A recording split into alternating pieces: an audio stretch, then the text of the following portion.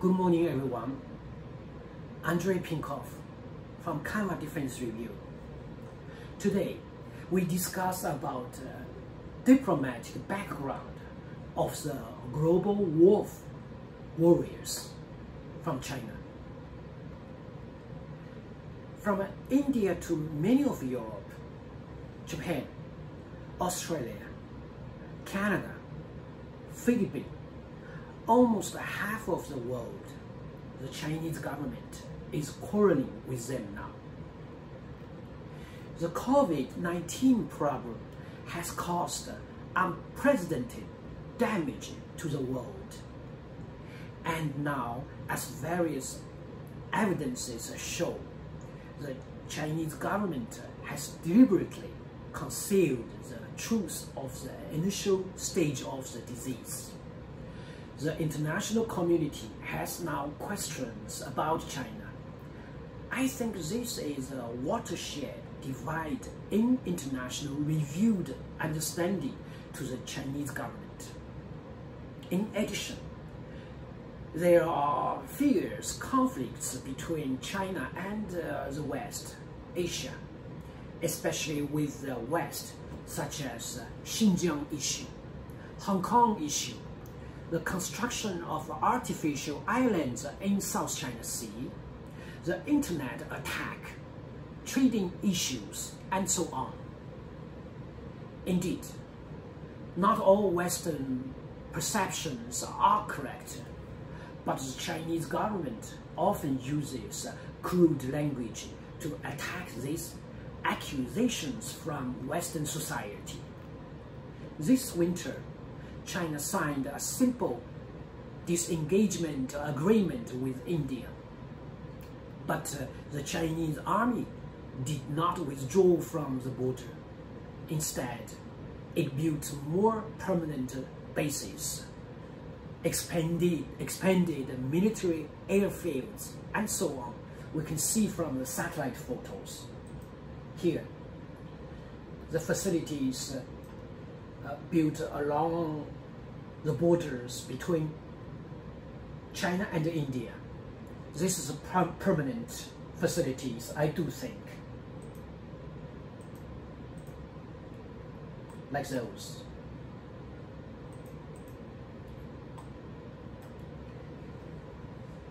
In March, the United States and Japan released a joint statement after the 2+2 talks, naming their concerns about China's threats.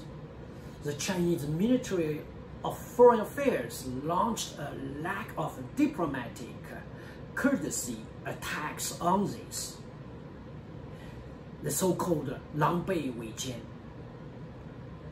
Just 2 days later, the Chinese Navy sent a large tonnage Type 055 guided missile cruiser into the Sea of Japan to implement gunboat diplomacy. I presume Japan-China relations will further deteriorate, and China's strategic attention will be shifted from the western border to the east again.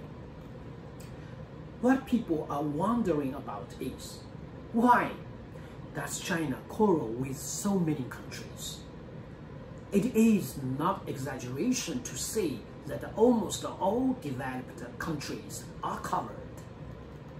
I think the words used by Chinese diplomats in the high-level dialogue between China and the United States in Alaska were not so professional, not diplomatic rhetoric at all, but the crude expression of the Chinese people, which surprised me.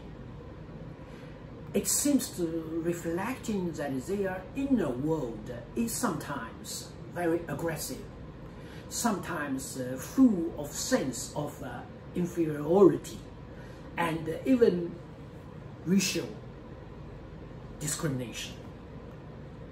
When considering China's current behaviors, it is necessary to study the background of the Chinese leadership, education, the environment of the times they grew up. On the whole, China is now ruled by the 5 kinds of people, which is what I often call the 5 kinds of people. These people were born in the early 1950s and grew up during the Cultural Revolution that started from 1963, namely Red Guards, 红卫兵, intellectual youth, 知识青年, college students from workers, peasants, soldiers, 工农兵大学生, 5 black people, 黑五类, and the red second generation, 红二代. Some Chinese leaders have 1 or more backgrounds of the above 5 types of people, such as Xi Jinping himself. Some had part of the above background, such as Yang Jieshi.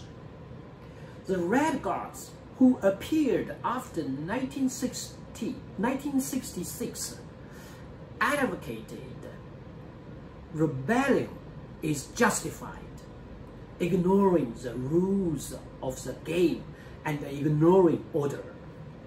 This is the starting point of China's current thinking of warrior diplomacy. A large number of urban youth, called intellectual youth, were forced to work in the countryside from the city and learned violence and fights. This can be one of the fundamental reasons why China today advocates force. College students were from workers, peasants, and soldiers. They didn't need examinations to enter the university. They studied the courses of a middle school or even elementary school at their universities. The red second generation refers to the children of senior Communist Party officials. Before 1966, they were very privileged. However, at the beginning of the Cultural Revolution, these high-ranking cadres were wiped out overnight, and their children became one of the 5 black people called dogs, meaning everyone could bully them, and presumably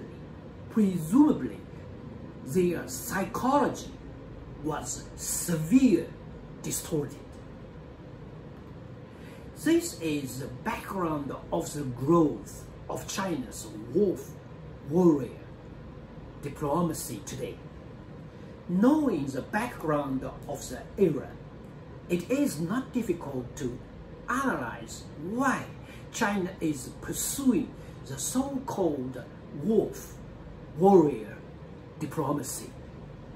In addition, I speculate that Chinese leaders may be overestimating their economic and military strength, so that they are to make rules and define the bottom line to the West and others in advance.